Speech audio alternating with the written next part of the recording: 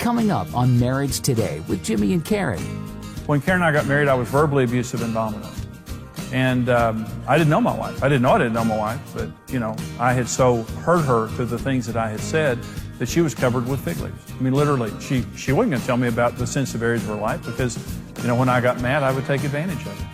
Well, and I think as a wife, you just want to feel like you're a part of your husband's world. Yeah, absolutely. And maybe, she just wants you just to say, hey, let me just tell you throughout the day what's going on. Just give the, general things, and just let her know you're just as much a part of my world as, as anybody.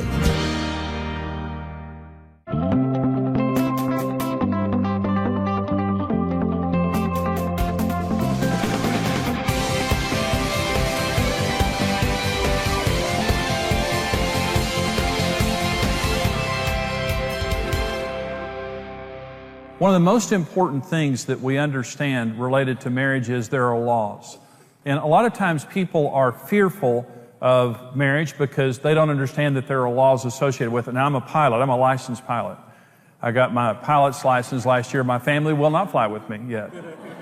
Let me give that disclaimer. But there are laws related to aerodynamics. And so I'm not afraid to fly as long as I'm respecting the laws because there are laws. Planes don't just fall out of the air.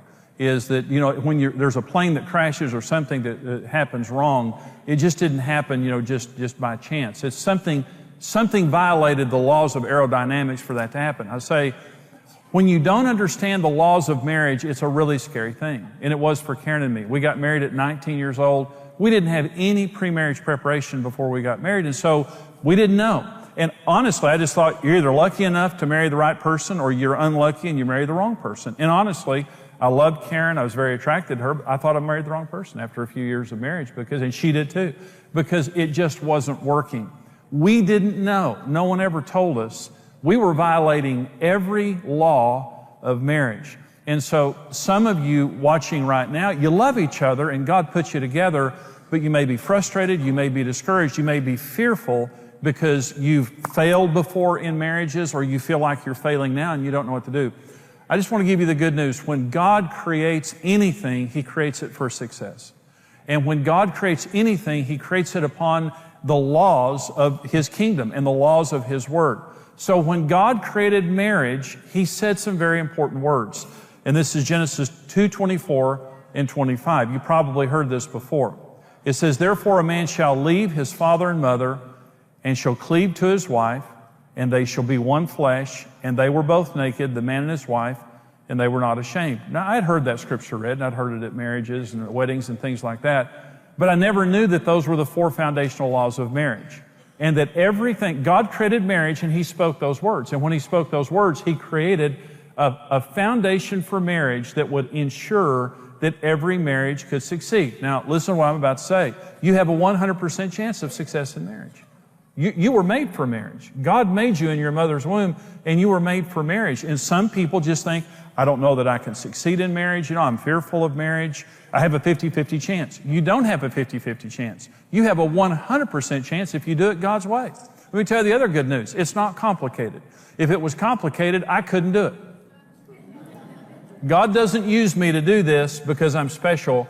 God uses me to do this because if I can do it, anybody can do it. It's simple. There are 4 foundational laws of marriage, and once we understand these laws and just apply these laws, it changes everything. And it did for Karen and me. We were on the brink of divorce. We didn't know anything about marriage. But once we begin to practice the 4 foundational laws of marriage, first of all, it tells you what to do. Secondly, when you start having problems, it tells you we're having problems because we're violating one of these laws of marriage. So God created marriage to share everything. He says they too shall become one flesh. For this cause a man shall reprioritize his life. And his parents, now they're not going to be first any longer. And he's going to work hard to pursue his spouse. And by the way, that's addressed to men there, working hard to pursue your wife. And they too shall become one flesh. And what this means is we share everything in this marriage. And this is going to sound like kind of a simplistic statement.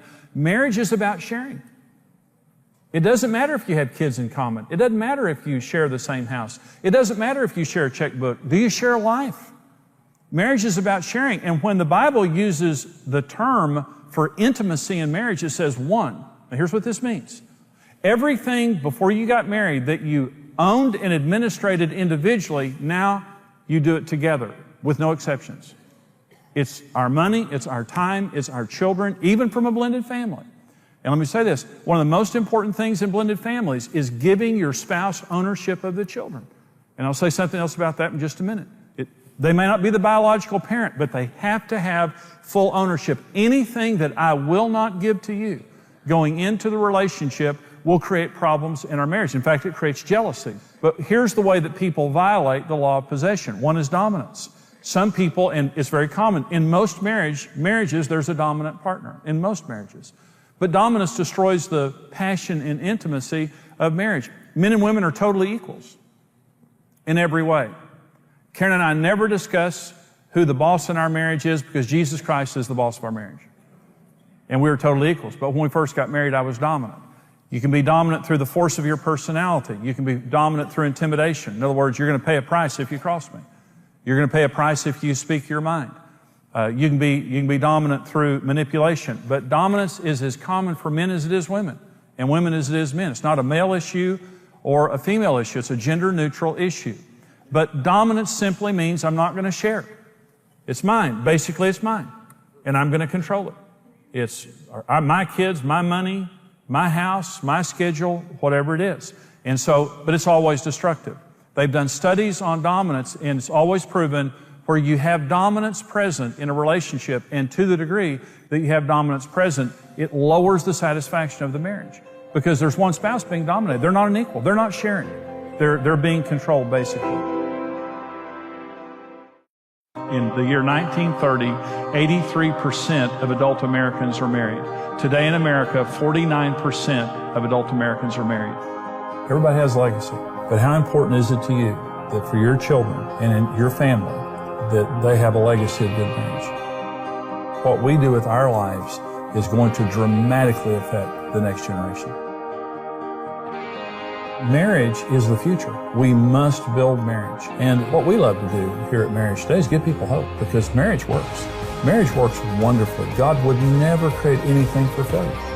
The world was telling us to give up. People around us was telling us to give up. But Marriage Today was a light in a dark place for us at a dark time. Hearing Jimmy and Karen Evans just talking about how God could restore any marriage, it started to bring hope back into me. They changed our life, and they changed our future. We love helping people in marriage, but we have to have support to do that. In everything that we do, we know that we're touching millions of lives every year and millions of families. Would you stand with us as we build marriages in America and around the world?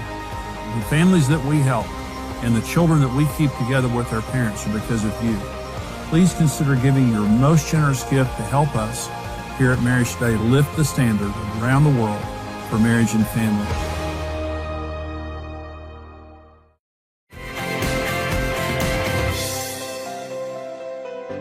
Another problem with the law of possession is independence, is that I'm just going to do my own thing. I counseled a couple one time, and she said, well, he goes to that side of the house, and I go to this side of the house.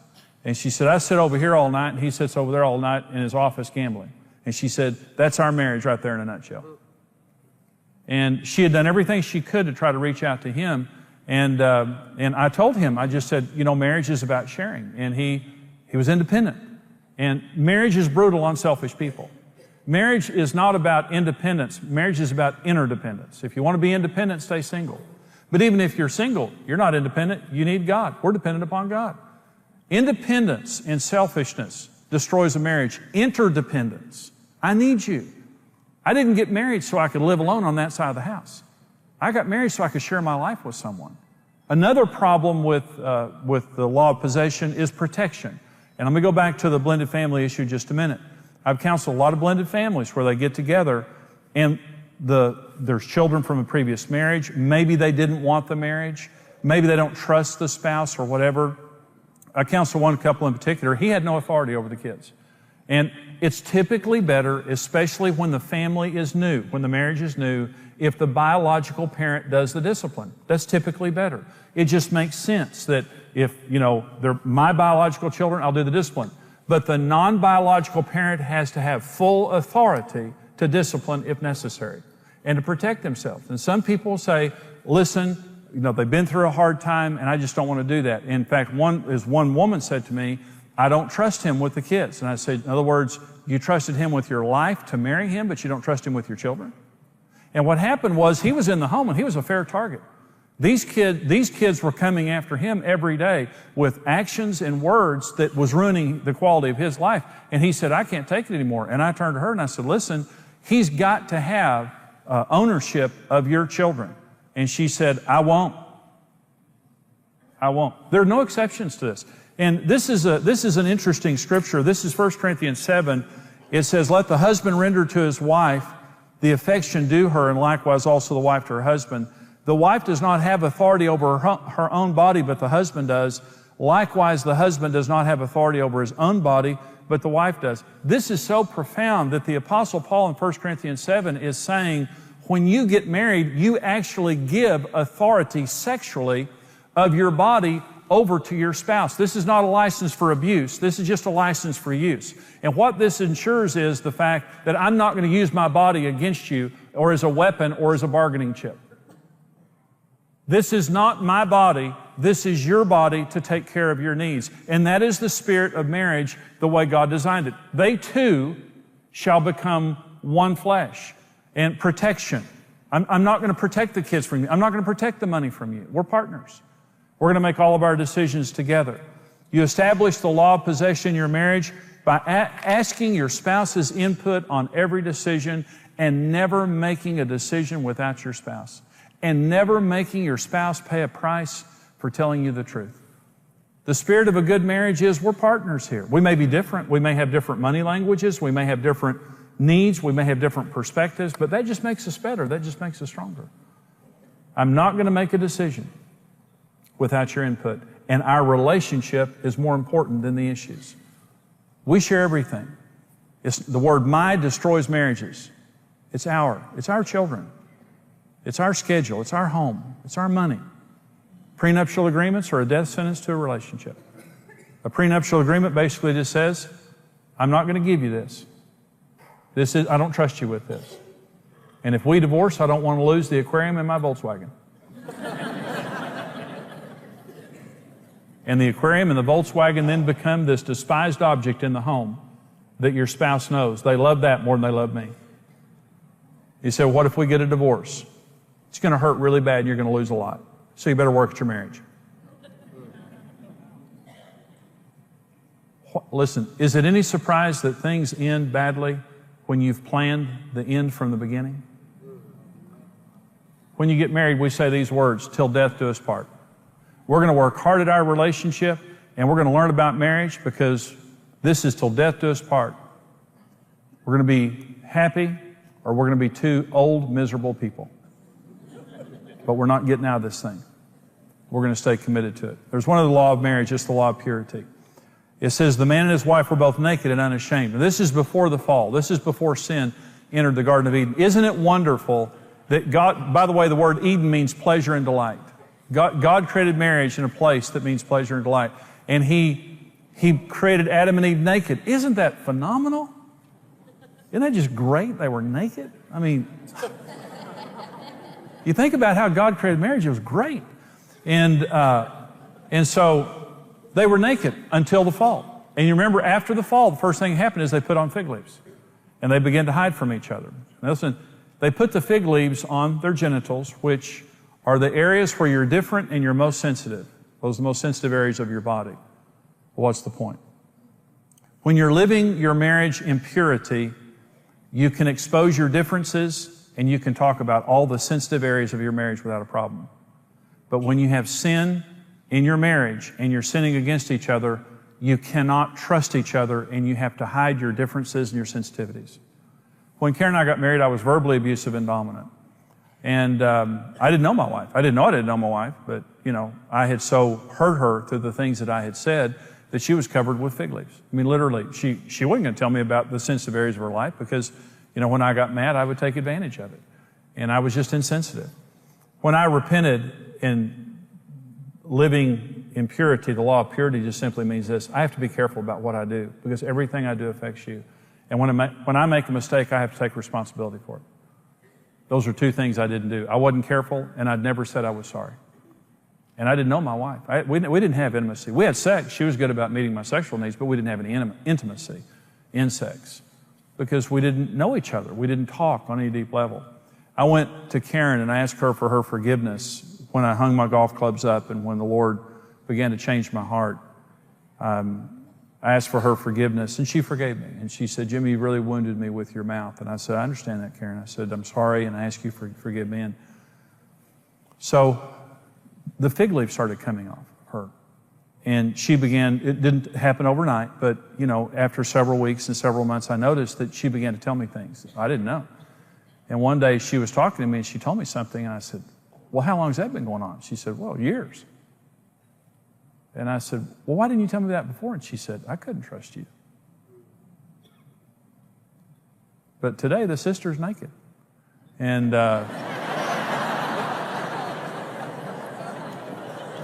life is good. Life is real good. But, you know, you can live in the same house, but if you got a mouth on you, if you hurt my feelings and you're disrespectful to me and you're sarcastic and you're critical and you won't take responsibility for it, you think my heart is a holy of holies, and it's a sensitive place in all of us. All of us are more sensitive than we would want to admit. I cannot trust my heart of hearts to somebody who won't take responsibility for their behavior. When you're careful in the way that you treat each other, and when you take responsibility for your mistakes, the fig leaves come off. And when it says the man and his wife were both naked and unashamed, it meant mentally, emotionally, spiritually, and physically, they could talk about anything without shame. No shame. I'm not afraid in any way that you will reproach me because I trust you. You're my safe place. You're my safe place. So your spouse, we should be each other's safe place, where I will be careful, and if I do something wrong, I'll take responsibility for it. But remember, blame transfer was the original sin of marriage. God came to Adam and said, Adam, what is this that you've done? He said, it's her fault. Eve, what is this that you've done? Devil made me do it. I honestly believe if they would have taken responsibility for their issues, that God would have had a different response to them. I really do. I hope you enjoyed that message. That comes out of the fullest seminar that I do called Marriage on the Rock. It's the first I ever did. We continue to update it, but this is our most popular series. And we talk about the most important issue in marriage and the roles in marriage and how to understand and meet your spouse's needs and money and sex and in-laws and children. And all of those kinds of things are in the Marriage on the Rock series. And so we want to put this into your hands. As you support us here at Marriage Today, we go all over the world helping people to succeed in marriage and family relationships, and we need your financial help. And as you give a gift of any amount today to support us here, we want to give you the CD single, The Most Important Issue in Marriage. And it is the most important issue in marriage. And many people who fail in marriage fail simply because they don't understand this issue. And they're set up for failure from day one. We want to give you this CD single for your gift of any amount to bless you. Also, for those of you who are able to give $50 or more, we want to give you the entire seminar on CD, plus the Marriage on the Rock book. For those of you who can give $110 or more, and I know that's a lot, but this is something that can change not just your marriage and not just your family, but your marriage and family for generations. This is an investment in your marriage and family. For those of you who give $110 or more, we want to send you the entire seminar on DVD, plus the Marriage on the Rock book, plus our book, Happy, Happy Love, which is designed to help you to enhance your romance and intimacy, again, to bless your marriage. So we want to put these important resources into your hands, and here's how you can get them. Marriage on the Rock, the best-selling book and series, is the essential resource to having the marriage of your dreams. Through this power-packed series, marriage expert Jimmy Evans will show you how to deal with real-life challenges and offer easy-to-understand solutions that will transform your relationship. Jimmy will address all the major issues a couple will encounter, like communication, finances, sex, kids, his and her needs, blended families, and much more. For your gift of any amount, you'll receive the CD single, The Most Important Issue in Marriage. For your gift of $50 or more, we'll send you the Marriage on the Rock book and CD series.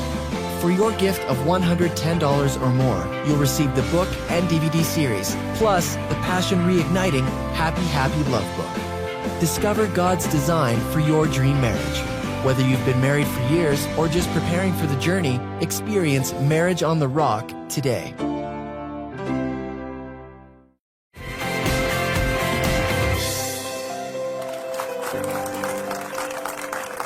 You know, this program is on the 4 foundational laws of marriage. We're talking about the 2 laws, the one of possession and one of purity. These are laws from Genesis chapter 2. When God created marriage, this is what He spoke over the marriage relationship that created the universal laws of marriage. And Karen, what that means is no one's the exception. Mm-hmm. You follow these laws, marriage is wonderful. You break these laws, it'll break you. And we broke all 4. Mm-hmm. When we first got married, we were doing everything wrong. Thank God that we found this truth out, and it transformed our marriage. I agree. So we have some questions for some viewers, Karen. The first person asks, my husband doesn't include me in his business decisions. I feel like he's trying to keep this separate. Aren't we supposed to share everything? Well, let me qualify this. And I would say absolutely you're supposed to share everything. Now, I've helped a lot of people over the years. Mm-hmm. And one guy had a $3 billion business that he ran. And his wife said, I would like for you to include me on everything. Well, it's an impossibility. She would have to sit at the office all day, every day and do that. I don't agree with that. Now, in this same situation, she said my husband just bought a 5,000 acre ranch that I didn't know about. That's not right. Mm-hmm. I believe that, if it's a mom and pop business, if it's a smaller business, of course, you talk about everything, you pray about everything, whatever. But, sometimes businesses are a certain size, and this is true of you and me, Karen, is that we communicate about everything, but the ministry is very large, and you can't know about everything, and you can't agree with everything. So it's I really don't want to. Well, I know, that's right. Well, but it could be that this is a smaller family business, and she wants to be included. Absolutely. But it needs to be practical. And so in our case, we agree on everything in our family, everything in our marriage, and everything that is the essence of our ministry together. But then you give me the freedom to act beyond there. I have to. Well, and I think as a wife, you just want to feel like you're a part of your husband's world. Yeah, absolutely. And maybe, she just wants you just to say, hey, and let me just tell you about the day, what's going on. Just give the, general things, and just let her know you're just as much a part of my world as, as anybody. Yeah. And so let's say that it is a larger business. Talk and share and communication between a husband and wife the way we do. It makes you feel included in my world, even if you're not there making the decisions. But I'm certainly not making decisions that violate you. Yeah, you know what I'm saying? Exactly. And so I think we have another question here. Okay. Do you agree that affairs of the heart are equal to sexual affairs? What is the next step for me after my husband's confession of emotional infidelity? Well, yes, absolutely. Jesus said that if you have intent in your heart, it's the same. So it's devastating. That's what I would say. And you can recover from an affair. But one of the things that's necessary is honesty. And you're saying, my husband, I found out about his emotional affair with somebody else. Your husband's spirit is what's important. People sin, and that's fine. But if he's broken, if he's honest, if he's willing to do anything, if he's taking all the responsibility, that can be healed. And it's great. If he's defensive, if he's dishonest, if he's blaming you, that's not a good sign. And so I would say, yes, it's very serious. It's devastating to the spirit of the relationship, but you can heal from that as long as he's willing to get help. And I would say in that regard, go get help. Probably in your state right now where you just found this out, and probably you need someone to help you walk through this. But in our ministry here, this is a common thing that we help people with. You can heal from this. You really can. And it's, just the tone I'm picking up in this, it kind of sounds like there's hope, because there's revelation now of what's been going on before it became a physical affair. But, and forgiveness is everything. I mean, absolutely. Whether he changes or not, she needs to forgive. because without that forgiveness, she's still tied to that situation. Yeah. And once, she may be needing counseling by herself, just to have someone talk to, and just to be able to vent and just come through a situation of being able to forgive, and letting it go, and then build on the marriage or build the trust back from that. Exactly right, Karen.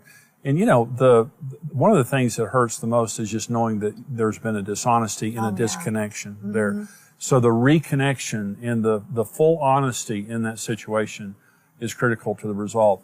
We love coming to you, and we also love going around the world and helping people in their marriage and family relationships. Marriage is under attack in our society, but we know that marriage can work, and we know that it can work for anybody. And what I love to say to people in our conferences and on television is you have a 100% chance of success in marriage. When you do it God's way, you don't have a 50% chance. Your marriage isn't going to fail. God did not make marriage to fail. He made marriage to bless us and for us to thrive in a marriage relationship, but we have to know how. And so here at Marriage Today, we have our television program, we have events, conferences, we have over 100 resources that we have created to help people in their marriage and family relationships, and also in pre-marriage, and helping them in many different aspects of their relationship. We love helping people in marriage, but we have to have support to do that. And we thank all of you who are faithful supporters of us here at Marriage Today. We can only do what we're doing because of you. But if you haven't supported us, or even if you have, I'm asking you to consider giving your most generous gift to help us here, to help us go around the world, to keep little children together with their parents, and help people thrive in a biblically based marriage. The information is there on your screen. Thank you so much for standing with us. Thank you so much for joining us today. We hope that this has been a blessing to you. We'll see you next time right here at Marriage Today. God bless you.